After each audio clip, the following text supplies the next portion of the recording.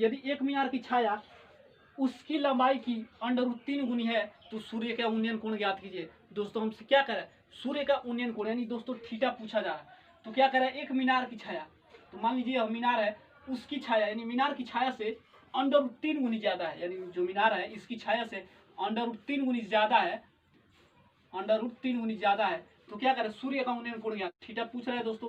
तो ध्यान दीजिए, जब लंबाई यानी जब मीनार की ऊंचाई नहीं दिया है यानी हाइट नहीं दिया है तो इसको x मानिए। जब यह दूरी x होगा तो ये भी तो दूरी x होगा ना। तो अब देखिए यहाँ पे क्या कह रहा है, लंब बटा कोण, लंब बटा कोण किसका मान होता है, साइन थीटा का मान होता है। तो जरा ध्यान दीजिएगा, साइन थीटा इक्वल टू लंब बटा कोण। तो साइन थीटा इक्वल टू कितना होगा, लंब हमारा कितना दिया है x बटा कोण कितना दिया है √3x। तो x से x कैंसिल होगा तो कितना बचेगा, थीटा इक्वल टू 1/√3 बचेगा, एक ऊपर है। तो थीटा इक्वल टू, अब हम देखते हैं 1/√3 किसका मान होता है, यानी 10 अंश का मान होता है, किसका 10 अंश का मान होता है। ये हमारा आंसर। क्वेश्चन नंबर 6 देखा जाए, ध्यान दीजिए, कह रहा है सूर्य के प्रकाश में 45 मीटर ऊंची ऊर्ध्वाधर एक मीनार की छाया 45 है, तो सूर्य का उन्नयन कोण ज्ञात कीजिए। दोस्तों हमसे क्या कह रहा है, सूर्य का उन्नयन कोण यानी कह रहा है थीटा ज्ञात करने के लिए। तो जरा ध्यान दीजिए, कह रहा है 45 मीटर ऊंची ऊर्ध्वाधर, मान लीजिए 45 मीटर ऊंची ऊर्ध्वाधर है, ठीक है। तो क्या कह रहा है, इसकी छाया से, इस मीनार की छाया से 45 √3 गुनी ज्यादा है, इस मीनार की छाया जो है 45 √3 गुनी ज्यादा है, ठीक है। सूर्य का उन्नयन कोण यानी दोस्तों थीटा पूछा जा रहा है, ठीक है।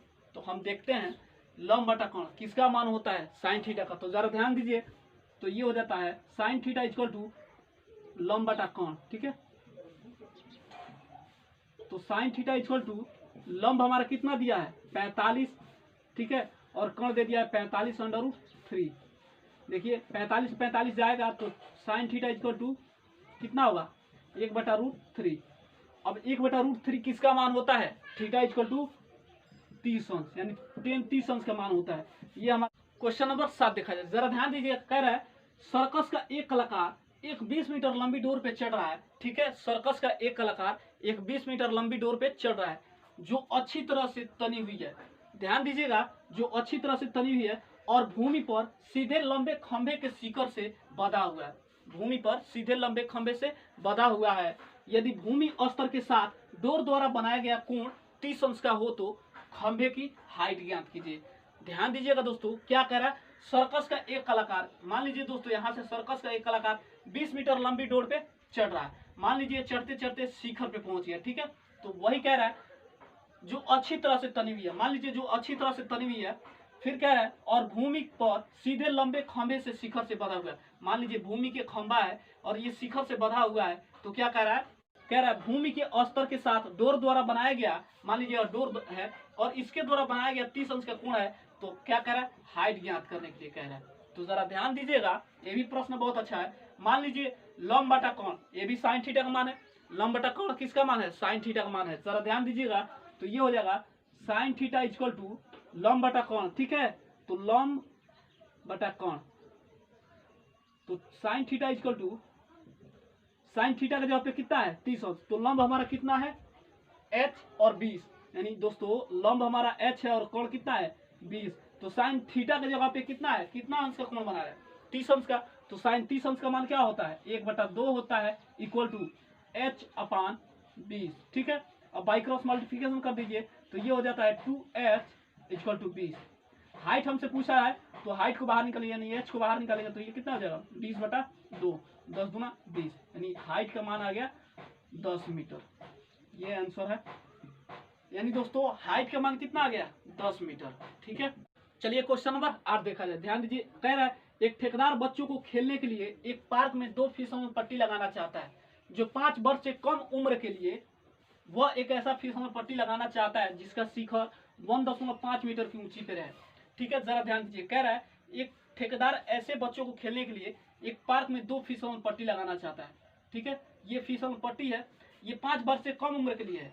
फिर आगे चलिए, कह रहा है जो 30 अंश का कोण भी बनाता है, और जबकि इससे अधिक उम्र के लिए यानी 5 वर्ष से कम और 5 वर्ष से ज्यादा, तो ये 5 वर्ष से कम और 5 वर्ष से ज्यादा है।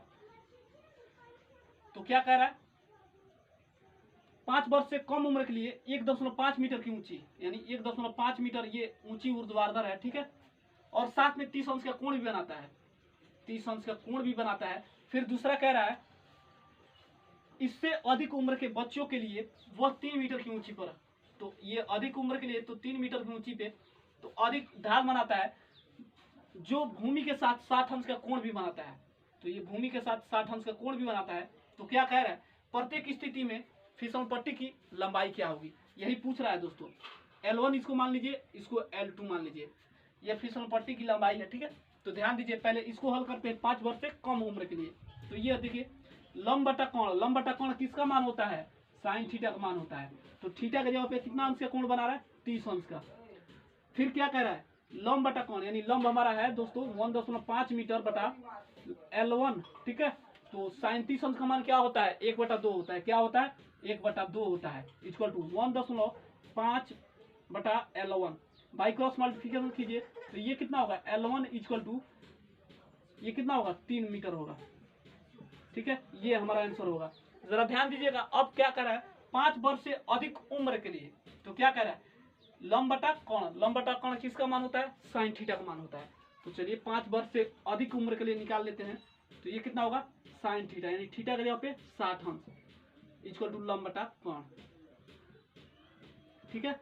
अब देखिए साइन 60 अंश का मान क्या होता है, कणी में 3/2 होता है, क्या होता है कणी में 3/2 होता है, इक्वल टू लंब हमारा है दोस्तों 3 मीटर बटा, और कोण कितना है L2, तो ये बाई क्रॉस मल्टीप्लिकेशन कीजिए, तो ये कितना होगा √3L2 इक्वल टू 3 गुना 6, तो L2 को बाहर निकालिए, तो ये कितना हो जाएगा 6 बटा √3।